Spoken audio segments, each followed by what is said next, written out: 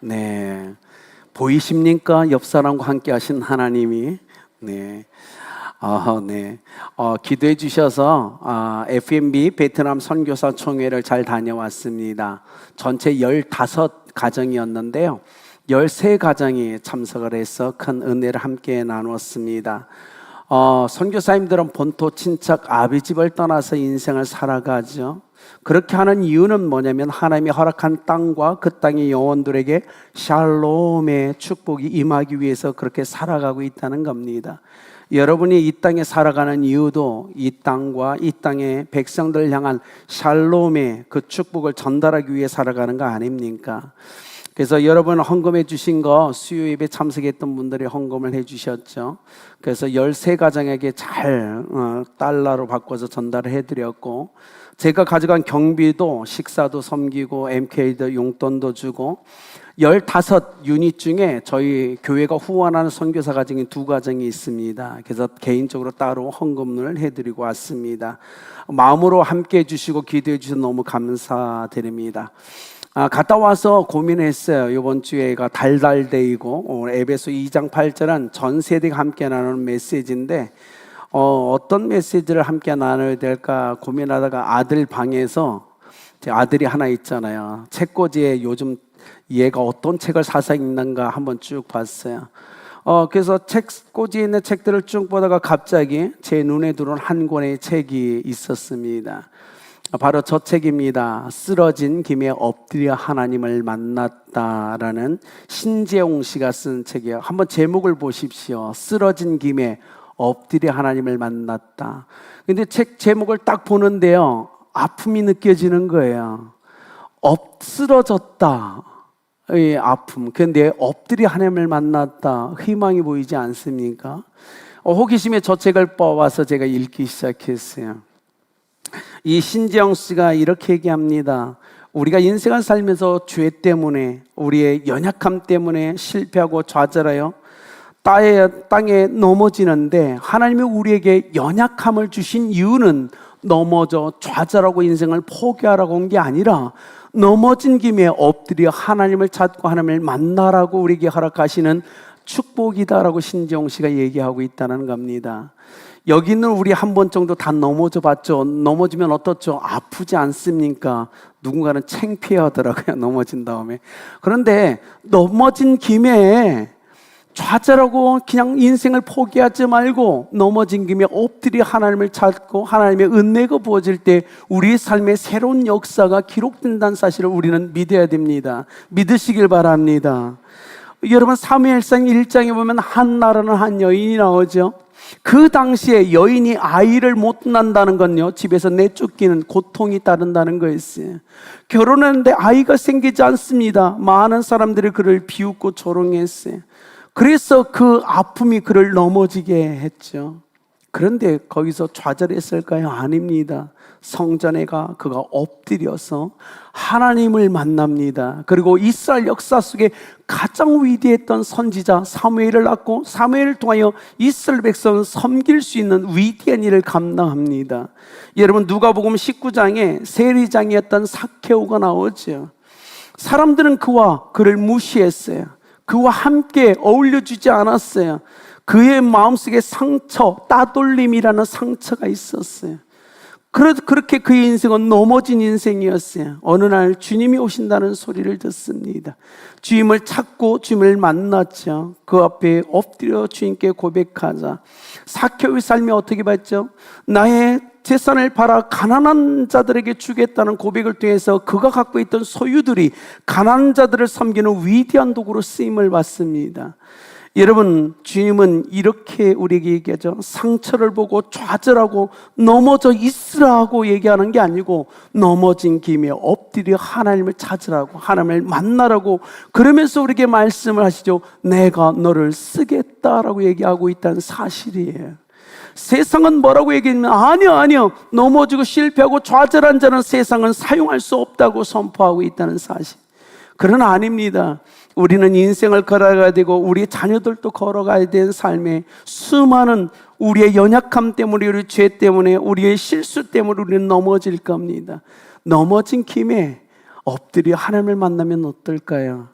그렇게 엎드려 있는 영혼, 하나님을 찾는 자들에게 한량없는 은혜가 주시는 걸 우리는 경험해가며 살아가는 게 그리스도인은 아닙니까? 한번 생각해 봅시다. 여러분, 빛, 우리가 좋아하는 이 따뜻한 햇빛은요, 언제 가장 빛나냐면 어두울 때 그 역할을 해내요. 여러분, 온기라는 따뜻한 공기는요, 추운 냉기 가운데 그 능력을 발휘하잖아요. 우리 강하신 하나님은 우리의 연약함 가운데 역사하신다는 사실을 믿으시길 바랍니다. 우리가 연약하기 때문에 하나님은 우리를 사용할 수 있어요. 우리가 연약하기 때문에 우리의 삶에 하나님의 능력이 드러날 수 있고 하나님의 영광의 도구로 우리가 쓰임받을 수 있다는 사실입니다. 여러분, 성경에 보면 그런 사람들의 얘기가 잘 나오죠. 동방의 의인이었고 완전한 자였고 정직했던 욥이라는 사람의 삶에 어느 날 갑자기 고통이 몰려옵니다. 재산을 다 잃고 자녀들은 전부 죽고 말았고 또 그의 건강조차도 형편없어집니다. 인생이 감당하기엔 너무나 버거운 짐 때문에 그는 넘어지죠. 그런데 욥기 1장 20절에 이렇게 얘기해요.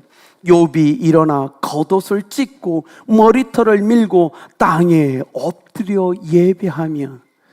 여러분, 인생 넘어진 인생이 욥은 엎드립니다. 욥은 일어나 겉옷을 찢고 머리를 전부 민 위에 땅에 엎드려 하나님을 경배하며 하나님을 만납니다. 그 삶의 결과가 어땠는지 우리는 알죠. 하나님이 갑절의 놀라운 축복으로 그 인생의 새로운 역사를 써주시죠. 인생을 살아가는 삶의 고난, 때로는 구겨짐과 상처들이 우리를 좌절케 하고 우리를 넘어지게 하지만, 그러나 그 넘어진 김에 세상 사람처럼 좌절하고 통곡하지 말고 하나님의 얼굴을 구하며 하나님의 은혜를 구하며 하나님을 만나면 어떨까요?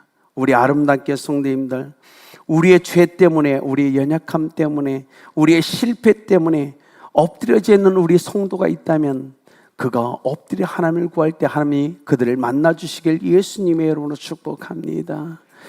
여러분, 에베소서를 기록한 바울의 인생을 봅시다. 오늘 에베소서 2장 8절 우리가 읽었지만, 에베소서를 기록한 바울은 예전에 대단한 사람이었어요. 엄청난 자랑거리가 있는 사람이었죠. 종교적으로 그를 따라갈 만한 사람이 없었어요. 그는 굉장히 종교적으로 열정적인 사람이었고 율법을 정말 정확하게 지켜서 도덕적으로나 윤리적으로 흠이 없던 사람이었고 당대 가장 뛰어난 스승 밑에서 배운 지식, 위대한 지식을 소유했던 사람이었어요. 그런데 문제는 뭐죠? 그 모든 것이 자신을 구원할 수 없다는 사실을 그가 어느 날 깨닫습니다. 주님의 거룩한 빛이 임할 때 그는 넘어졌죠. 그리고 엎드려 주님을 만난 놀라운 은혜를 경험해 갑니다. 구원이 뭘까요? 여러분, 구원은요, 어려움이나 위험에 빠진 사람을 구하여 건져냄을 받는 것이 구원이라는 겁니다. 사전적 구원은요, 우리의 삶에 매일 일어납니다. 여러분, 어려움이 있을 때 누가 도와줘서 문제가 해결되는 게 구원인 거예요. 내 몸에 질병이 있는데 의사에게 가서 치료를 받는 게 구원인 겁니다. 이것이 전부 사전적 의미의 구원인 거예요. 내가 고통스럽고 아플 때 누가 와서 위로해줘서 고통에서 벗어나는 것, 이 모든 게 구원입니다. 이 구원의 개념이 성경에서도 굉장히 많이 등장하고 있다는 사실이에요. 그런데 오늘 이야기하는 바울을 통해서 성령께서 우리에게 얘기하는 이 구원은 바로 죄와 죽음으로부터의 구원이라는 사실을 우리는 알고 있습니다. 죄가 뭡니까? 법을 어기는 거죠. 불법을 행하는 게 죄죠. 대체 어떤 법입니까? 하나님의 법이죠. 하나님의 법은 또 구체적으로 뭐죠? 하나님이 만드신 창조의 그 목적에서 벗어난 것이 전부 죄입니다. 하나님의 창조한 목적대로, 그 길대로, 그 방향대로, 방법대로 살아가는 것이 하나님 앞엔 선하고 의로운 거예요. 하나님의 창조한 목적을 벗어나는 것, 그것이 죄라는 사실을 우리는 알죠. 그것이 좀 더 확대되면 세상 속에서 윤리적이고 도덕적인 죄까지 일어난다는 사실을 우리는 압니다. 오늘 성경에 근데 바울이 이렇게 합니다. 우리가 은혜로 인하여 믿음으로 말미암아 구원을 얻었다라고 해서 뭘 먼저 놓죠? 은혜를 먼저 놓습니다. 여러분, 기억하십시오. 모든 것에 가장 먼저 등장해야 될 건 하나님의 은혜라는 사실입니다. 우리의 믿음이 먼저가 아닙니다. 우리의 믿음은 그 후입니다. 그 전에 하나님의 역사가 먼저 우리 가운데 드러난 사실에 대해서 얘기하죠. 오늘 2장 1절을 보면 우리가 어떤 상태였는지에 대해서 이렇게 얘기합니다. 허물과 죄로 죽었던 우리였다고 얘기합니다. 그리고 허물과 죄로 말미암아 죽었던 우리가 2절에 어떤 삶을 살았냐면 세상 풍속을 쫓아서 유행을 따라 살았다고 얘기하고, 3절에 가면 더 나가서 육체, 욕심을 따라 살았다고 얘기합니다. 그래서 결론 4절은 뭐라고 하죠? 본질상 진노의 자녀였다고 얘기합니다. 이것이 우리의 주소였다고 얘기하죠. 그런데 이런 우리를 위해서 누가 왔죠? 이 죄 때문에 넘어져 있는 우리를 위해서 예수 그리스도께서 이 땅에 오셨다는 사실입니다. 우리가 전도하다 보면 어떤 사람들이 이래요. 아니요, 교회 다니는 사람, 예수 믿는 사람들이 정말 나쁜 사람 많잖아요. 이런 사람들이 있어요. 제가 만나보니까요, 예수 믿는 사람들이 더 나쁘더라고요. 이런 사람들을 많이 만납니다. 그러면서 그분들에게입니다. 그런데요, 제 주변에요, 예수 믿는 사람보다 더 착하고 선한 사람이 굉장히 많고요, 예수 안 믿지만 착한 일 하는 사람이 더 많아요. 그러면서 그분들이 한마디 더 하죠. 그런데 예수 믿었다는 것 때문에, 교회 다닌 것 때문에 구원받고 선하고 착하게 사는데도 불구하고 예수 안 믿었다고 교회 안 간다고, 그런데 지옥 가야 된다고, 이게 말이 됩니까? 하나님을 이해할 수 없습니다. 이렇게 얘기해요. 개인적으로 목사로서 보면 제가 보아도 하나님이 착한 사람만 구원하면 좋겠어요. 그러면 세상이 더 아름다워지지 않을까요? 그런데 우리는 질문을 던져야죠. 그런데요, 어떻게 착해야 될까요? 착하다는 개념이 뭘까요? 사람은 항상 이중성이 있는데요, 사람에 대한 평가가 전부 달라요. 여기는 저를 보세요. 누군가는 저를 보면서 저를 잘하는 사람들은 참 착해, 참 선한 사람이야, 이렇게 얘기하는데요, 주변에서 저를 싫어하는 사람은 전 사람 나빠 이래요. 기준을 어디다 둬야 될까요? 착한 거, 나쁜 거.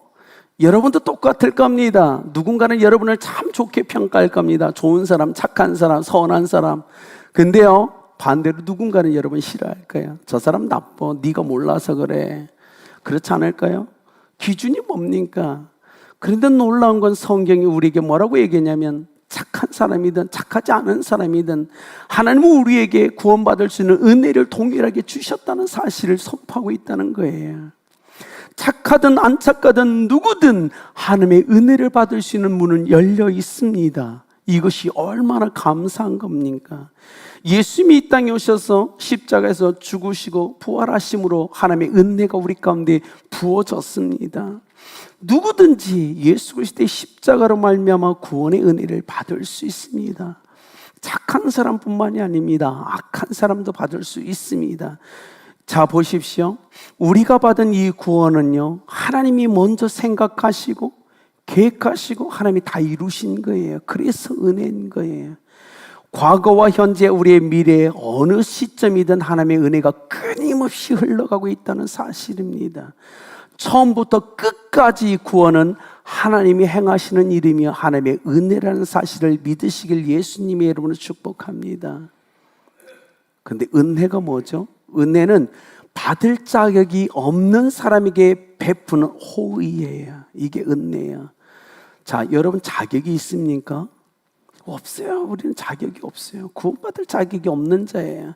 우리는 죄로 말미암아 넘어진 자, 넘어져 좌절한 자, 절망 가운데 있던 자가 우리예요. 우리는 죄 때문에 넘어져 있었기 때문에 우리는 자격이 안 되는 사람들이에요. 그런데 자격이 안 되는 우리에게 하나님의 은혜가 임한 겁니다. 이 구원의 능력, 그 은혜가 임한 겁니다. 자격이 있어서가 아닙니다. 하나님의 은혜 때문입니다. 그래서 바울은 우리에게 얘기합니다. 믿음이 먼저가 아니라고, 하나님의 은혜가 먼저라고. 네가 믿음을 얘기하기 전에 하나님의 은혜를 먼저 얘기해야 된다고 끊임없이 얘기하는 거예요. 우리가 구원을 얘기할 때 우리는 기억해야 됩니다. 언제나 우리의 믿음이 아닙니다. 은혜입니다. 하나님의 은혜를 먼저 끊임없이 얘기해야 돼요. 왜요? 우리가 많이 봤거든요. 우리의 삶에서 믿음을 얘기하는 사람 중에 얼마나 교만한 자가 많은지 우리는 경험했거든요. 그러면서 자기의 행위를 자랑하고요, 자기의 의의를 드러내고요, 우리는 너무 많이 봤어요. 그래서 구원에 대해서 우리는 철저하게 우리의 믿음이 아니라 하나님의 은혜를 얘기해야 되는 겁니다. 은혜입니다. 처음부터 끝까지 우리 구원에 하나님의 은혜가 흐르고 있음을 우리는 감사해야 된다는 겁니다. 이 얘기를 바울은 하고 싶은 거예요. 마태복음 19장에서 한 부자 청년 관원이 예수님께 찾아오죠. 어떻게 해야 영생을 얻을 수 있습니까? 막 얘기하다가 주님이 얘기합니다. 부자가 천국에 들어가는 것 낙타가 바늘귀에 들어간 것보다 힘들다? 그랬더니 제자들에게요, 아니 그러면 주님 누가 구원을 얻을 수 있습니까? 받을 수 있습니까? 주님께서 마태복음 19장 26절에 이렇게 합니다. 사람으로서는 할 수 없으되 하나님으로서는 다 하실 수 있느니라. 여러분, 그래서 은혜인 거예요. 우리는 할 수 없어요. 사람으로는 할 수 없어요. 오직 하나님으로서는 다 하실 수 있습니다. 그래서 바울은 구원에 대해서 에베소 교회 형제 자매를 향하여 하나님의 은혜다, 은혜다, 은혜다. 구원에 있어 처음부터 끝까지 다 은혜다. 그래서 은혜를 기억하라고 얘기하는 거예요. 여러분, 하나님이 우리를 향해서 행하신 그 엄청난 은혜 앞에서 우리가 할 수 있는 한 가지 유일한 건 믿음으로 그 은혜를 받아들이는 것밖에 없습니다. 거기에 우리의 행위를 더할 필요는 없어요. 주님, 제가 믿습니다. 하나님의 은혜입니다라고 그냥 받으세요. 그거면 되는 거예요. 항상 기억하십시오. 우리의 믿음보다 뭐가 먼저다? 은혜가 먼저입니다. 언제나 하나님의 은혜는 우리 믿음보다 앞에 있다는 사실, 우리의 삶보다 하나님의 은혜가 항상 앞에 있다는 사실입니다. 우리가 기도하는 것보다 하나님의 은혜가 그 위에 있다는 사실을 우리는 기억해야 되는 거예요. 내 구원의 시작은 하나님의 은혜에서 시작하고 내 구원의 마지막도 하나님의 은혜로 마무리됨을 믿으시길 예수님의 이름으로 축복합니다. 누군가가 이렇게죠. 목사님, 믿음이 없으면 안 되나요? 네, 안 됩니다. 하나님의 은혜를 받을 수 있는 유일한 건 믿음뿐이기 때문에 그렇습니다. 결론을 내릴까요? 프랑스에 가면요, 루브르 박물관이 있대요. 저도 안 가봤지만 거기에 엄청난 조각상이 하나가 있는데 조각품 중에요, 걸작, 아주 수작품이 하나 있대요. 그런데 거기에 누가 그것을 만들었는지 만든 사람이 이름이 없다고 얘기합니다. 근데 거기에 전해 내려오는 이야기가 있대요. 어느 가난한 조각가가 헐벗고 굶주려 가면서 자기의 피와 땀을 가지고 열심히 작품을 만들어서 걸작품이 탄생했는데 어느 날 갑자기 날씨가 오늘처럼 갑자기 추워졌다는 거예요. 이대로 놔두면 걸작품이 얼어서 뭉개질 것 같아 자기의 옷을 벗어서 자기 조각품을 덮어놓았다고 얘기합니다. 날씨가 너무 추웠고 그 자신 너무나 가난해가지고 그 자신이 얼어 죽었대요. 조각한 사람은 죽었는데 조각품만 남아있어요. 근데 너무너무 잘 만든 걸작품. 그래서 루브르 박물관에 전시되고 있는 작품. 여러분, 우리는 질문해야 되겠죠. 이 작가, 이것을 조각한 이 사람은 왜 그런 삶을 선택했을까요?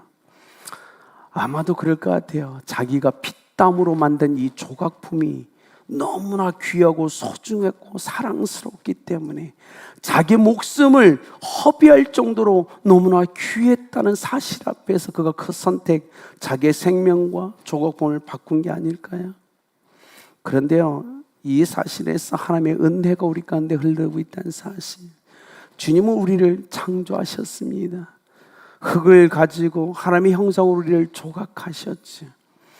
여러분, 우리는 하나님의 걸작품입니다. 그런데 죄 때문에 허물어가는 우리 인생을 지키고 보존하기 위해서 주님은 예수님을 보내주셨죠. 예수님으로 우리를 덮어주셨죠. 그래서 하나님의 형상을 잃어버리지 않도록. 왜요? 우리가 하나님의 형상으로 빚어진 하나님의 조각품이고 창조물이고 하나님이 사랑하는 사람들이기 때문 아닙니까? 이것이 은혜임을 우리는 믿어야 됩니다. 오늘 어떻게 인생을 살아갈까요?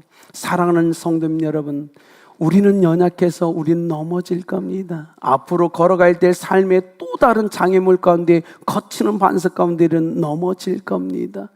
그러나 그때 꼭 기억하십시오. 넘어졌으니 넘어진 김에 엎드려 하나님을 만나십시오. 하나님의 은혜를 경험하십시오. 그리고 생각지 못한 새로운 역사가 나의 삶에 쓰여지고 이런 것들을 경험하시길 예수님의 이름으로 축복합니다. 주님은 예수 그리스도로 여러분을 옷 입혀 놓았어요. 그 은혜를 기억하며 오늘 살아가는 아름다운 교회 성도들이 되길 예수님의 이름으로 축복합니다. 기도하시겠습니다.